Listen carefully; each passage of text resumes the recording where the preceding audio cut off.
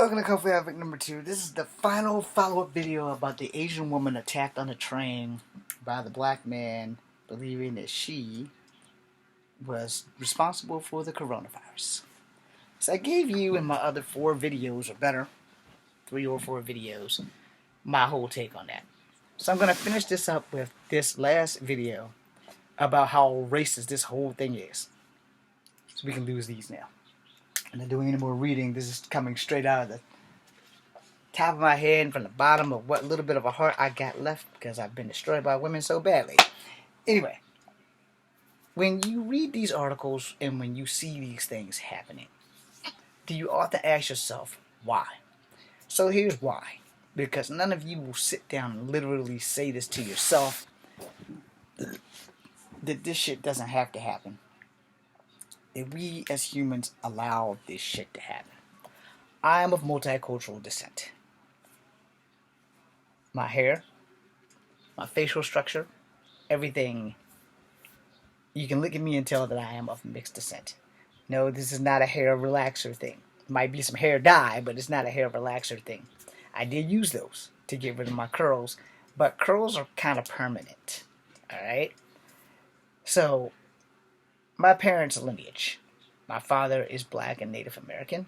My mom is black, white, and Native American, which makes me Native American on both sides, black on both sides, and white on one side.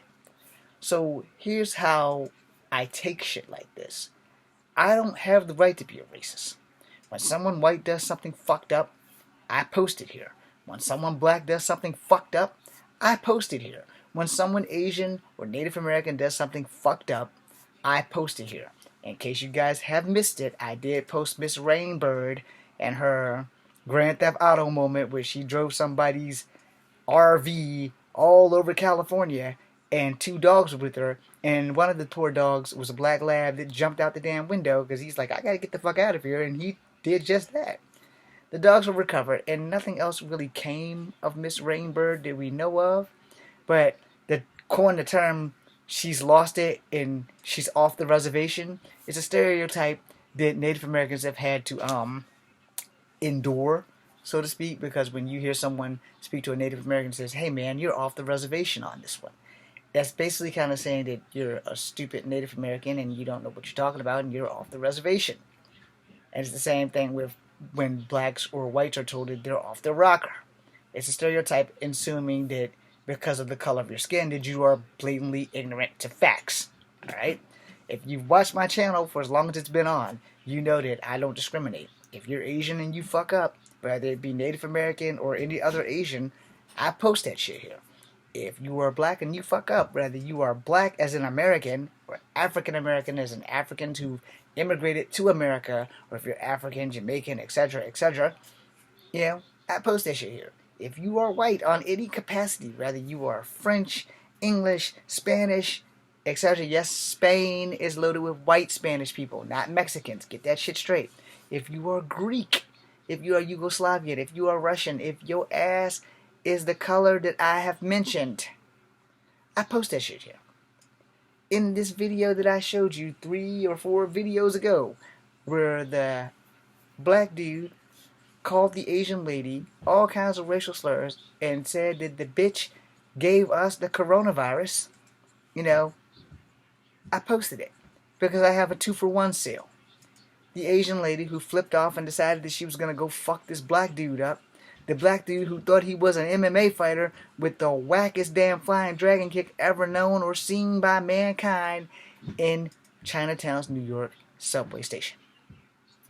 Now, had there been other ethnicities there outside of the black people watching and recording, and the Asian woman who the article specifically says she had an abrasion on her forehead, for you who do not know what an abrasion is, it can be a bump, a bruise, or a cut, and she had a busted lip. I'm sorry if my personal bias is to the woman getting a busted lip deciding to go back and retaliate for somebody busting her lip. If you've never had a busted lip before, you don't know how that shit feels. You don't know how you're going to react. If you were hit and you've never been in a fight, someone bust your lip and you're done because you got hit in the mouth, that was it.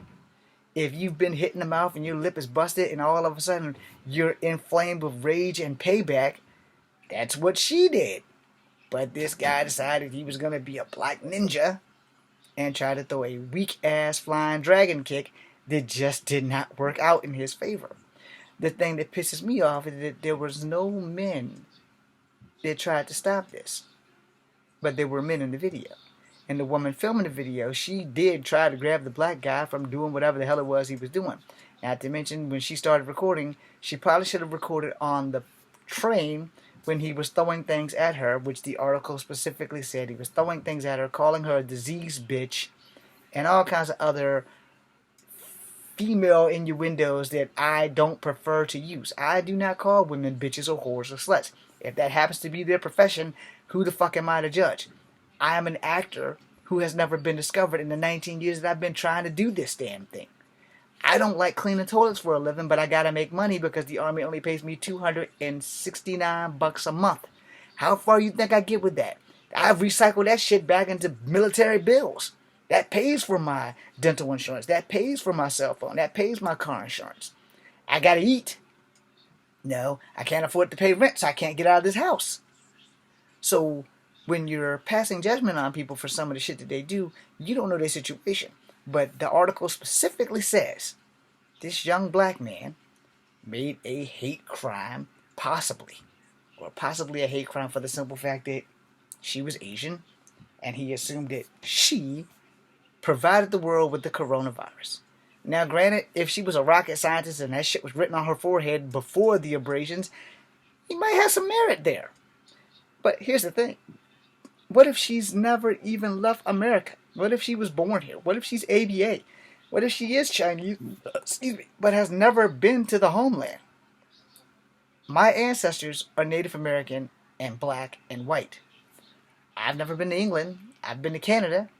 I've never been to Africa because when I was in high school, some African exchange students scared me so bad that I don't want to ever go to Africa. I got 3 good African friends who told me that I didn't have to worry about that. But for every one of those 3 good African friends, it doesn't build security in me when in high school I had a guy who was black, who had curly hair like mine, who said he was fully African, said that if I got off the plane, they would kill me because they don't like mixed people. I was like, and how are they going to know? He's like, we can look at you and tell you're not all the way African. Hell, we don't even know if you got black in you because when I look at you, I see a Mexican or a guy who's possibly half white. And he told me this shit to my face in like the 9th or the 10th grade when we were in gym class. And he was a really tall son of a bitch. He was skinny as hell and I could take him in a fight. But it was just the point of, for him to tell me that, it was one of the things. I have 3 good African friends who would go against that years later because I didn't know them before I knew him.